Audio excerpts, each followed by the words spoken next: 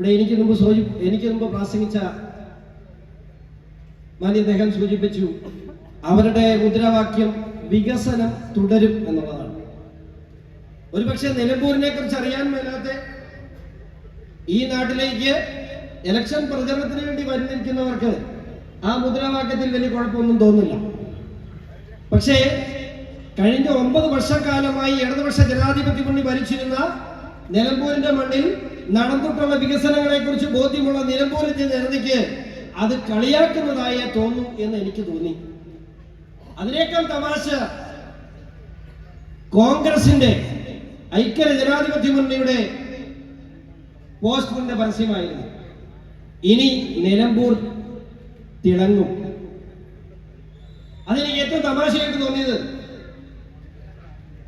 ഐക്യ ജനാധിപത്യ മുന്നണിയുടെ സ്ഥാനാർത്ഥി അദ്ദേഹത്തിന്റെ പിതാവ് 35 വർഷം നോക്കിയിട്ട് തിളക്കാൻ കഴിയാത്ത നിലമ്പൂരിനെ വരാൻ പോകുന്ന 6 മാസക്കൊല്ലം കൊണ്ട് ഈ സൗഖ്യത്തെ എങ്ങനെ തിളക്കും എന്നെനിക്ക് മനസ്സിലാകുന്നില്ല. 35 കൊല്ലം നിലമ്പൂരിന്റെ ജനത അദ്ദേഹത്തിന് ഈ അനുഭവം കൊടുത്തതാണ്. എന്തിന്? 2021 UDFന്റെ സ്ഥാനാർത്ഥിയായി മത്സരിച്ച ശ്രീ പ്രകാശേട്ടൻ ഇവിടെ നല്ലൊരു ആശുപത്രി ഉണ്ടായിരുന്നെങ്കിൽ അദ്ദേഹം മരിക്കില്ലായിരുന്നു എന്ന് വിശ്വസിക്കുന്ന ആളാണ്. ഒരു നല്ല ചികിത്സ കൊടുക്കാൻ കഴിയാത്തതുകൊണ്ടാണ് അദ്ദേഹം പ്രകാശേട്ടൻ ഈ മണ്ണിൽ മരിക്കുന്ന സാഹചര്യം ഉണ്ടായത്. ഇവിടെ BJP NDA ഉയർത്തുന്ന മുദ്രാവാക്യം ഇന്നിവിടെ ഉദ്ഘാടനം ചെയ്യാൻ പോകുന്നത്, ബഹുമാനപ്പെട്ട സുരേഷ് ഗോപിജി ഇവിടെ ഉദ്ഘാടനം ചെയ്യാൻ പോകുന്നത് ഒരു ഇലക്ഷൻ കൺവെൻഷൻ മാത്രമല്ല, ജനിച്ച മണ്ണിൽ ജീവിക്കുവാനായി മലയോര കർഷകരുടെ പോരാട്ടത്തിന്റെ ഉദ്ഘാടനം കൂടിയാണ് ഇന്നിവിടെ നടക്കാൻ പോകുന്നത്. നിങ്ങളൊന്ന് ചിന്തിച്ചു നോക്കുക. ഈ കഴിഞ്ഞ 5 വർഷക്കാലത്തിനുള്ളിൽ നിലമ്പൂരിന്റെ മണ്ണിൽ 8 പേര് വന്യമൃഗാക്രമണത്തിൽ കൊല്ലപ്പെട്ടു. എന്ത് ചെയ്യൂ പിണറായി? നിങ്ങൾ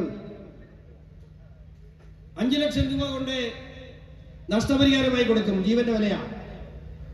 നിങ്ങൾക്കറിയോ, കേന്ദ്ര സർക്കാർ പ്രഖ്യാപിച്ചിട്ടുള്ള 10 ലക്ഷം രൂപ, ദേശീയ ദുരന്ത നിവാരണ അതോറിറ്റി പ്രഖ്യാപിച്ചിട്ടുള്ള 4 ലക്ഷം രൂപ, സംസ്ഥാന സർക്കാർ പ്രഖ്യാപിച്ചിട്ടുള്ള 10 ലക്ഷം രൂപ. കേന്ദ്ര സർക്കാർ പണം പ്രഖ്യാപിച്ച പിന്നെ സംസ്ഥാന സർക്കാർ അതങ്ങ് വെട്ടി. ഇപ്പൊ ആകെ കൊടുക്കുന്നത് 10 ലക്ഷം രൂപയാണ്.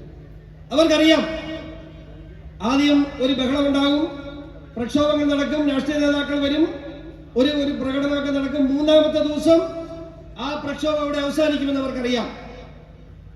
ഇവിടെ നമുക്കറിയാം, വലിയ രീതിയിലുള്ള റബ്ബർ കാർഷിക മേഖലയാണ് നിലമ്പൂർ. നിങ്ങളുടെ വീട്ടിലേക്ക് വന്നു കയറുന്ന സഖാക്കളോട് നിങ്ങൾ ചോദിക്കാൻ തയ്യാറാകണം, 2016-ലും 2021-ലും റബ്ബറിന് 280 രൂപ തരാമെന്ന് പറഞ്ഞ് തെരഞ്ഞെടുത്ത് വാഗ്ദാനം നൽകിയ ഇടതുപക്ഷ ജനാധിപത്യ മുന്നണി നമ്മുടെ വോട്ട് മേടിച്ചോണ്ട് പോയത്. Subscribe to One India and never miss an update.